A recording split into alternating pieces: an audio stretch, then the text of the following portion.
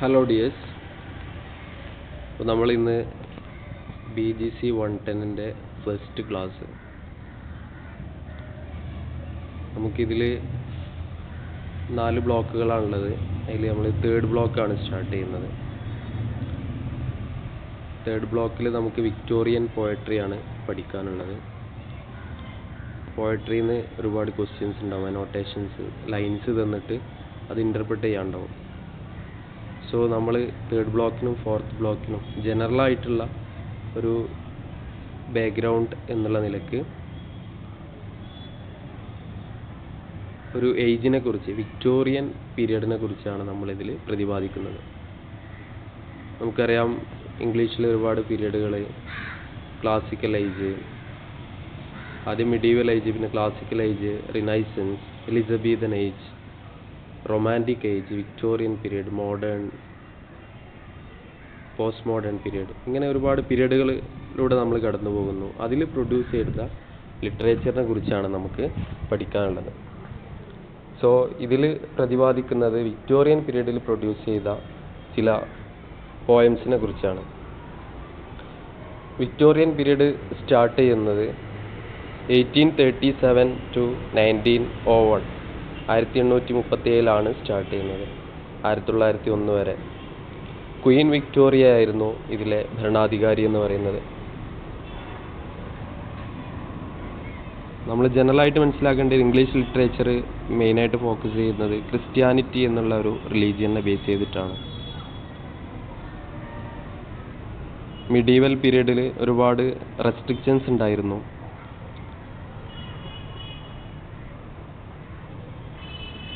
മാൻ ഒരു മനുഷ്യന്, സാധാരണ മനുഷ്യന് ഒരു റോളിലായിരുന്നു. മീൻസ് റിലീജിയൻ ആയിരുന്നു നല്ല പങ്ക് വഹിച്ചിരുന്നത്. പ്രധാന റോള് വഹിച്ചിരുന്നത് റിലീജിയൻ ആയിരുന്നു. കാത്തലിക്സ്, പ്രൊട്ടസ്റ്റൻസ് ഗ്രൂപ്പൊക്കെ നമുക്കറിയാം. സോ ഇതിൽ നിന്നൊക്കെ വിഭിന്നമായിട്ട് റിലീജിയന് അധികം ഇമ്പോർട്ടൻസ് കൊടുക്കാതെ മാൻ അറ്റ് ദ സെൻറ്റർ എന്നുള്ള ഒരു ഫിലോസഫിയിലേക്കാണ് വിക്ടോറിയൻ പീരീഡ് നമ്മളെ കൊണ്ടുപോകുന്നത്. അതിൽ തന്നെ Elizabethan age golden age of English literature എന്നാണ് അറിയപ്പെടുന്നത്. അപ്പോൾ അതിന് ഒന്നുകൂടി ഉഷാറാക്കിക്കൊണ്ട്, അതായത് ഡെമോക്രസിക്കും അതുപോലെ ഫ്രീഡത്തിനും ഒക്കെ ഒരുപാട് ഇമ്പോർട്ടൻസ് നൽകിക്കൊണ്ട് ഉള്ള ഒരു പീരീഡായിരുന്നു റൊമാൻറ്റിക് പീരീഡ് എന്ന് പറഞ്ഞത്. അപ്പോൾ അതിനേക്കാൾ ഒന്നും കൂടി ഡെവലപ്ഡ് ആയിട്ടുള്ള പീരീഡാണ് വിക്ടോറിയൻ പീരീഡ്. റിലീജിയൻ അമിതമായിട്ടുള്ള ഇമ്പോർട്ടൻസ് കൊടുക്കാതെ മാൻ അറ്റ് ദ സെൻറ്റർ എന്നുള്ള ഒരു കൺസെപ്റ്റിലേക്ക് വിക്ടോറിയൻ പീരീഡ് കൊണ്ടുവന്നു. ഇൻഡസ്ട്രിയൽ റെവല്യൂഷൻ അതിൻ്റെ പീക്കിലായിരിക്കുന്ന ഒരു കാലഘട്ടമാണ് ഈ വിക്ടോറിയൻ പീരീഡിൽ. അതുപോലെ തന്നെ സയൻറ്റിഫിക് അഡ്വാൻസ്മെൻറ്റ്സ്, ഇതൊക്കെ ഒരുപാട് ഡെവലപ്ഡ് ആയിട്ടുള്ള ഒരു സിറ്റുവേഷൻ ആയിരുന്നു വിക്ടോറിയൻ പീരീഡ് നമുക്ക് കാണാൻ കഴിയുന്നത്. സോ നമുക്ക് PDF-ലേക്ക് നോക്കാം. 61st point, 64-year reign of Queen Victoria. 64 വർഷം ക്വീൻ വിക്ടോറിയ ഇംഗ്ലണ്ട് ഭരിച്ചു. അതിൻ്റെ സ്പാൻ സ്റ്റാർട്ട് ചെയ്യുന്നത് 1837 to 1901 വരെ. Growth of industry, factories, economy etcetera, ഫാക്ടറിയും അതുപോലെ തന്നെ ഇൻഡസ്ട്രിയും ഒക്കെ ഒരുപാട് ഡെവലപ്പ് ചെയ്ത ഒരു കാലഘട്ടമായിരുന്നു. അതുപോലെ തന്നെ rich versus poor people gap. Rich became rich and poor became very poorer. അപ്പോൾ അങ്ങനെ സമ്പത്തുള്ളവർ അമിതമായിട്ട് അവർ കൂടുതൽ പെരുക്കുകയും ക്യാപിറ്റലിസവും അതുപോലെ തന്നെ മുതലാളിത്തവും ഒക്കെ ഒരുപാട് വളർന്നു വരികയും, എന്നാൽ പുവർ പീപ്പിൾ കൂടുതൽ പുവറാവുകയും ചെയ്തു. ഇൻഡസ്ട്രീൻ്റെ വരവോടുകൂടി, അല്ലെങ്കിൽ പുതിയ മെഷീനറീസിൻ്റെ ഇൻവെൻഷൻസോടുകൂടി പുവർ ഫാർമേഴ്സിനൊക്കെ അവരുടെ ഒരു ജീവിതമാർഗം കണ്ടെത്താനാവാതെ അവർ വളരെ പുവറായി. അപ്പോൾ ഒരു ഗ്യാപ്പ് വളരെ കൂടുതലായി. Rich versus poor people gap increased. അതുപോലെ തന്നെ മിഡീവൽ പീരീഡിലാണെങ്കിലും റൊമാൻറ്റിക് പീരീഡിലാണെങ്കിലും വിക്ടോറിയൻ പീരീഡിലാണെങ്കിലും വുമൻ്റെ റോൾ എന്ന് പറഞ്ഞത് ഒരു സെർവൻറ്റിൻ്റെ റോളായിരുന്നു. She was regarded as the angel of house വീട്ടിൻ്റെ പുറത്ത്, അതായത് വീട്ടിൽ ഒതുങ്ങിക്കൂടുന്ന ഒരു സ്ഥിതിവിശേഷമായിരുന്നു. ഒരു സബോർഡിനേറ്റ് റോളായിരുന്നു വുമൺ ഉണ്ടായിരുന്നത്, സ്ത്രീകൾക്ക് ഉണ്ടായിരുന്നത്. ഒരു സെർവൻറ്റിൻ്റെ റോളായിരുന്നു. She was considered as the caretaker of husband and children. അതുപോലെ തന്നെ റിയലിസം കൂടുതൽ ഇമ്പോർട്ടൻസ്, അതായത് മനുഷ്യൻ്റെ ഇഷ്യൂസ്, മാൻസ് ഇഷ്യൂസ് നല്ലോണം അഡ്രസ്സ് ചെയ്ത ഒരു പീരീഡായിരുന്നു വിക്ടോറിയൻ പീരീഡ് എന്ന് പറഞ്ഞത്. റൊമാൻറ്റിക് പീരീഡിലും സാധാരണ ജനങ്ങളുടെ പ്രശ്നങ്ങൾ അഡ്രസ്സ് ചെയ്യുന്നുണ്ട്. അതിനേക്കാൾ ഇമ്പോർട്ടൻസ്, അതിനേക്കാൾ കൂടുതൽ ഒരു മൂർധന്യാവസ്ഥയിലെത്തിയത് റിയലിസ്റ്റിക് കൺസെപ്റ്റിലേക്ക് വന്നത് വിക്ടോറിയൻ പീരീഡിലാണ്. വിക്ടോറിയൻ പീരീഡിൻ്റെ മുന്നേ ഉള്ള പീരീഡാണ് റൊമാൻറ്റിക് പീരീഡ് എന്ന് പറഞ്ഞത്. റൊമാൻറ്റിക് പീരീഡ് 1800 മുതൽ 1850 വരെയാണ്, അല്ലെങ്കിൽ 1836 വരെ. വിക്ടോറിയൻ പീരീഡ് സ്റ്റാർട്ട് ചെയ്യുന്നത് 1837 മുതൽ 1901 വരെ. സോ ഈ റൊമാൻറ്റിക് പീരീഡിൽ മനുഷ്യൻ്റെ കോമൺ പീപ്പിളിൻ്റെ കാര്യങ്ങൾ അഡ്രസ്സ് ചെയ്തിരുന്നു. എന്നാൽ അത് പോയറ്റ്സ്, അതുപോലെ തന്നെ നോവലിസ്റ്റുകളൊക്കെ അത് ആഘോഷിച്ചത് ഇമാജിനേഷൻ, അതായത് കൂടുതൽ ഭാവനാത്മകമായിട്ട് അതിനൊക്കെയായിരുന്നു ഇമ്പോർട്ടൻസ് കൊടുത്തിരുന്നത്. അപ്പോൾ അങ്ങനെ ഭാവനയിൽ നിന്ന് വ്യത്യസ്തമായി ഒരു പ്രാഗ്മാറ്റിക് കൺസെപ്റ്റിലേക്ക്, ഒരു പ്രാക്ടിക്കൽ ബേസിസിലേക്ക് കൊണ്ടുവന്നത് വിക്ടോറിയൻ പീരീഡിലായിരുന്നു.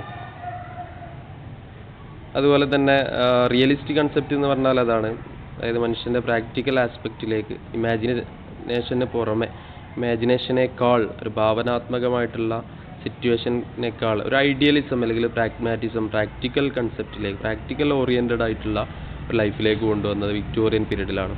അതുപോലെ തന്നെ മോറൽ പർപ്പസ് ഉള്ള റൈറ്റേഴ്സ് ഉണ്ടായിരുന്നു.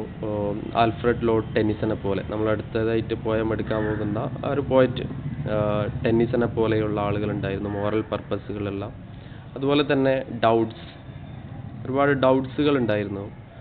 മെയിനായിട്ട് ഡൗട്ട് ഉണ്ടായിരുന്നത് conflict between science and religion. Science ഒരുപാട് വ്യവസ്ഥാപിതമായിട്ട് വന്ന ഒരു കാലഘട്ടമായിരുന്നു. അതുകൊണ്ട് തന്നെ ആളുകൾക്ക് റിലീജിയൻ ആണോ സയൻസ് ആണോ ഇമ്പോർട്ടൻസ് കൊടുക്കേണ്ടത്, റിലീജിയൻ ആണോ ശരി, അതുപോലെ സയൻസ് ആണോ ശരി എന്നുള്ള ഒരു ഡൗട്ട് ഉണ്ടായിരുന്നു. ഐഡിയലിസം, നമ്മൾ പറഞ്ഞു പ്രാക്ടിക്കൽ ലൈഫിന് കൂടുതൽ ഇമ്പോർട്ടൻസ് കൊടുത്തു. ഇനി ഉള്ള രണ്ട് കൺസെപ്റ്റുകളാണ് Victorian crisis and Victorian compromise എന്നുള്ളത്. വിക്ടോറിയൻ ക്രൈസിസ് കൊണ്ട് ഉദ്ദേശിക്കുന്നത് വിക്ടോറിയൻ കോൺഫ്ലിക്റ്റ് ആണ്. അതായത് ആളുകൾക്കുള്ള ഡൗട്ട്, നേരത്തെ നമ്മൾ പറഞ്ഞു, അത് മെയിനായിട്ടും രണ്ട് ഡൗട്ടായിരുന്നു ഉണ്ടായിരുന്നത്. ഒന്ന് SRD അവിടെ ഉദ്ദേശിച്ചത് മനസ്സിലാകാൻ വേണ്ടി ചെയ്തതാണ് science and religion, science versus religion. Science ഒരുപാട് ഡെവലപ്പ് ചെയ്ത ഒരു കാലഘട്ടമായിരുന്നു. അതുപോലെ തന്നെ റിലീജിയൻ, മിഡീവൽ പീരീഡിൽ നമ്മൾ പറഞ്ഞു പ്രൊട്ടസ്റ്റൻസ്, കാത്തലിക്സ് ആ ഒരു സമയത്തൊക്കെ, കൊടുമ്പിരി കൊണ്ടിരിക്കുന്ന ആ ഒരു സമയത്തൊക്കെ ഇവിടെ റിലീജിയന് ഭയങ്കര ഇമ്പോർട്ടൻസ് ആയിരുന്നു, പ്രീസ്റ്റുകൾക്കൊക്കെ നല്ല ഇമ്പോർട്ടൻസ് ആയിരുന്നു.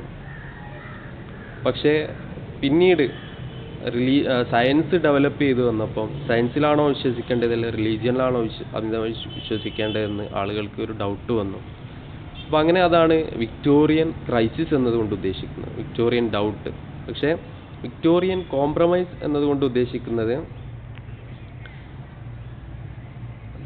ഇത് രണ്ടും തരണം ചെയ്തുകൊണ്ട്, അല്ലെങ്കിൽ ഒരു മിഡിൽ ബാലൻസ്, ഒരു ബാലൻസ് ചെയ്തുകൊണ്ട് ഉള്ള ഒരു അപ്രോച്ചാണ് വിക്ടോറിയൻ കോംപ്രമൈസ് എന്നുള്ളത്. അപ്പോൾ ആ കാലഘട്ടത്തിൽ ജീവിച്ചിരുന്ന ആളുകൾ പലരും, ചില ആളുകൾ പാടെ റിലീജിയനെ അവഗണിച്ചു, മറ്റു ചില ആളുകൾ റിലീജിയനെ അക്സെപ്റ്റ് ചെയ്തു, മറ്റു ചില ആളുകൾ രണ്ടിൻ്റെയും നടുക്ക്, അല്ലെങ്കിൽ സയൻസും ഇമ്പോർട്ടൻ്റ് ആണ് റിലീജിയനും ഇമ്പോർട്ടൻ്റ് ആണ് എന്നുള്ള ഒരു സ്റ്റാൻഡിലെത്തി. അപ്പോൾ അതാണ് വിക്ടോറിയൻ കോംപ്രമൈസ് എന്നതുകൊണ്ട് ഉദ്ദേശിക്കുന്നത്, ഒരു കോംപ്രമൈസിങ് ആറ്റിറ്റ്യൂഡിൽ എത്തിച്ചേരുക. അപ്പോൾ നമ്മൾ അടുത്തതായിട്ട് എടുക്കാൻ പോകുന്ന ഒരു പോയം എന്ന് പറയുന്നത് ആൽഫ്രഡ് ലോർഡ് ടെന്നിസൺ, ഒരു പോയറ്റാണ് വിക്ടോറിയൻ പീരീഡിൽ. അപ്പോൾ അദ്ദേഹം ഇതിനൊരു ബെസ്റ്റ് എക്സാമ്പിളാണ്. അദ്ദേഹം സയൻസിന് കൂടുതൽ ഇമ്പോർട്ടൻസ് കൊടുത്തില്ല, പക്ഷേ കുറച്ച് ഇമ്പോർട്ടൻസ് കൊടുത്തു. അതുപോലെ തന്നെ റിലീജിയൻ അമിതമായിട്ടുള്ള ഇമ്പോർട്ടൻസ് കൊടുത്തില്ല, ആവശ്യത്തിനുള്ള ഒരു ഇമ്പോർട്ടൻസ് കൊടുത്തു. സോ അതാണ് വിക്ടോറിയൻ കോംപ്രമൈസ് കൊണ്ട് ഉദ്ദേശിക്കുന്നത്. ഇപ്പോൾ SRD കൊണ്ട് ഉദ്ദേശിക്കുന്നത് സയൻസ് റിലീജിയൻ കോൺഫ്ലിക്റ്റ്. രണ്ടും തമ്മിലുള്ള കോൺട്രഡിക്ഷൻ, അതുപോലെ തന്നെ DA കൊണ്ട് ഉദ്ദേശിക്കുന്നത് ഡെമോക്രസിയും അതുപോലെ തന്നെ അരിസ്റ്റോക്രസിയും തമ്മിലുള്ള ഒരു കോംപ്രമൈസ്. നേരത്തെ നമ്മൾ പറഞ്ഞു rich becomes more rich, poor became more poorer എന്നുള്ള ഒരു കൺസെപ്റ്റിൽ ഡെമോക്രസിക്ക് അതിൻ്റേതായിട്ടുള്ള സ്ഥാനമുണ്ട്. ഡെമോക്രസിയിൽ വിശ്വസിച്ച ആളുകളുണ്ടായിരുന്നു മതേതരത്വത്തിൽ. അതുപോലെ തന്നെ അരിസ്റ്റോക്രസി, ഭൂവുടമകൾ അല്ലെങ്കിൽ അരിസ്റ്റോക്രസി ഭയങ്കര മുതലാളിത്തത്തിൽ വിശ്വസിച്ച ആളുകളുണ്ടായിരുന്നു. അപ്പോൾ ഇത് തമ്മിലുള്ള ഒരു കോൺഫ്ലിക്റ്റ് ഉണ്ടായിരുന്നു ഈ വിക്ടോറിയൻ പീരീഡിൽ. അതുപോലെ തന്നെ heated conflict on basis of Darwin's origin of species. Origin of species എന്നുള്ള ഡാർവിൻ്റെ ആ ഒരു ബുക്ക് നമ്മൾ കേൾക്കാത്തവർ ആരും ഉണ്ടാവില്ല. സോ ഇതിൽ അദ്ദേഹം പറയുന്നത് മനുഷ്യൻ്റെ പൂർവികർ എന്ന് പറയുന്നത് എയ്ബ്സ് എന്നാണ്. സോ ഇതിനെ തള്ളി പറയുന്നവരുണ്ടായിരുന്നു. അതുപോലെ തന്നെ ഇതിനെ സപ്പോർട്ട് ചെയ്യുന്നവരും ഉണ്ടായിരുന്നു. സപ്പോർട്ടേഴ്സും ഉണ്ടായിരുന്നു, നോൺ സപ്പോർട്ടേഴ്സും ഉണ്ടായിരുന്നു. അപ്പോൾ ഇതിൻ്റെ ഒരു ഹീറ്റഡ് ആർഗ്യുമെൻറ്റുകൾ തന്നെ ആളുകൾ തമ്മിൽ പരസ്പരം പോരാടിയിരുന്നു, വാക്കുകൾ കൊണ്ടും. അതുപോലെ തന്നെ ഒരുപാട് ഫിസിക്കലായിട്ടും അവർ ഈ അമിതമായിട്ട് റിലീജിയനെ സപ്പോർട്ട് ചെയ്യുന്നവർ അല്ലെങ്കിൽ ഈ ഒരു ആർഗ്യുമെൻറ്റിനെതിരെ നിലകൊണ്ടു. സോ ആ ഒരു സമയം, ആ ഒരു ക്രൈസിസിനെയും ഇവിടെ ഉദ്ദേശിക്കുന്നു. നെക്സ്റ്റ് നമ്മൾ നോക്കാൻ പോകുന്നത് റൊമാൻറ്റിക് പോയട്രിയും വിക്ടോറിയൻ പോയട്രിയും തമ്മിലുള്ള ഒരു ഡിഫറൻസുകളാണ്.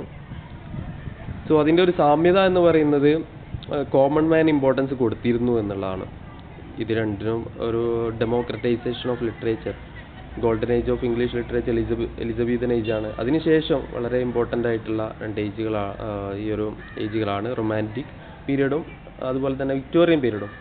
സോ ഇത് തമ്മിലുള്ള പ്രധാന ഡിഫറൻസ് എന്ന് പറയുന്നത് റൊമാൻറ്റിക് പോയട്രി കൂടുതൽ ഇമ്പോർട്ടൻസ് കൊടുത്തത് നേച്ചറിനായിരുന്നു. അതായത് പ്രകൃതിയെ വർണ്ണിക്കുന്ന പോയംസ് ആയിരുന്നു. ഇമാജിനേഷൻ കൂടുതൽ ഇമാജിനേഷൻ എന്നുള്ള എലമെൻറ്റ്സ് കൂടുതൽ ഉൾപ്പെടുത്തിയിട്ടുള്ള ഒരു പോയട്രി ആയിരുന്നു റൊമാൻറ്റിക് പോയട്രിയിൽ.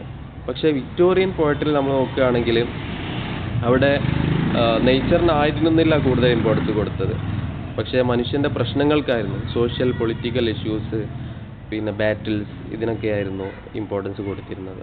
സോ നമുക്ക് നോക്കാം.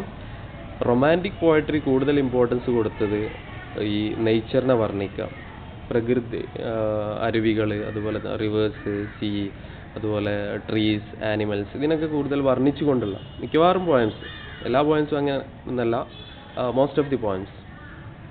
അപ്പോൾ അങ്ങനെ നേച്ചറിന് കൂടുതൽ ഇമ്പോർട്ടൻസ് കൊടുത്തിരുന്നു റൊമാൻറ്റിക് പോയട്രിയിൽ. അതുപോലെ തന്നെ സബ്ജക്റ്റീവായിരുന്നു, അതായത് ഇൻഡിവിജ്വൽ ഒപ്പീനിയൻസ്, പോയറ്റിൻ്റെ ഒപ്പീനിയൻസിനായിരുന്നു കൂടുതൽ, പോയറ്റിൻ്റെ അഭിപ്രായങ്ങളായിരുന്നു കൂടുതൽ ഇമ്പോർട്ടൻസ് കൊടുത്തിരുന്നത് പോയംസിലൊക്കെ.